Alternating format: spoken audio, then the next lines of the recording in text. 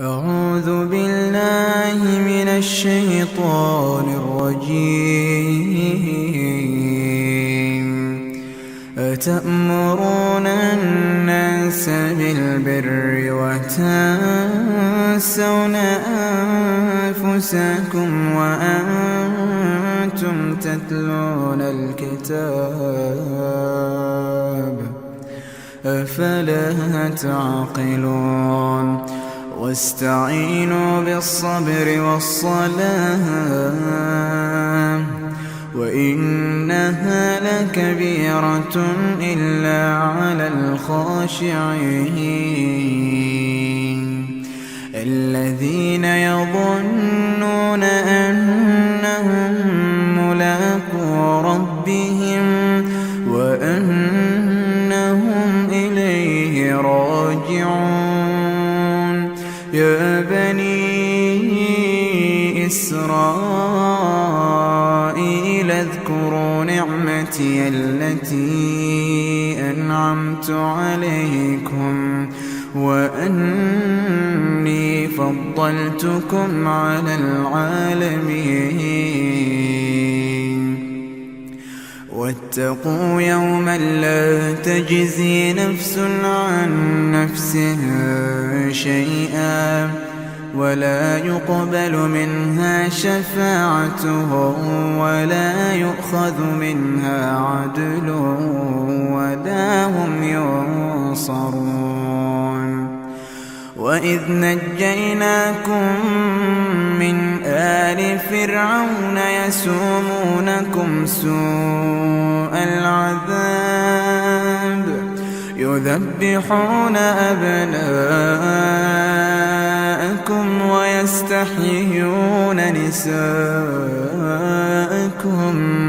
وفي ذلكم بلاء من ربكم عظيم. وإذ فرقنا بكم البحر فأنجيناكم وأغرقنا آل فرعون وأنتم تنظرون. وإذ واعدنا موسى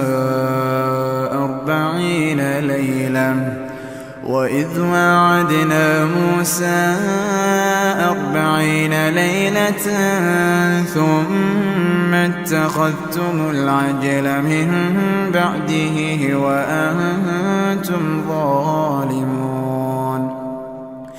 ثم عفونا عنكم من بعد ذلك لعلكم تشكرون. وإذ آتينا موسى الكتاب والفرقان لعلكم تهتدون. وإذ قال موسى لقومه يا قوم إنكم ظلمتم أنفسكم باتخاذكم العجل فتوبوا إلى بارئكم فاقتلوا أنفسكم ذلكم خير لكم عند بارئكم فتاب عليكم إنه هو التواب الرحيم. وإذ قلتم يا موسى لن نؤمن لك حتى نرى الله جهرة فأخذتكم الصاعقة وأنتم تنظرون. ثم بعثناكم من بعد موتكم لعلكم تشكرون.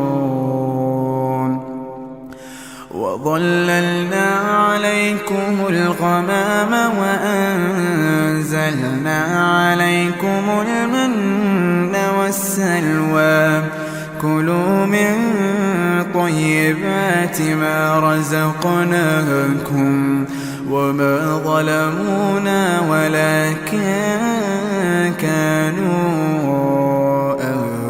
أنفسهم يظلمون. وإذ قلنا ادخلوا هذه القرية فكلوا منها حيث شئتم رغدا وادخلوا الباب سجدا وقولوا حطة نغفر لكم خطاياكم وسنزيد المحسنين. فبدل الذين ظلموا قولا غير الذي قيل لهم فأنزلنا على الذين ظلموا رجزا من السماء بما كانوا يفسقون.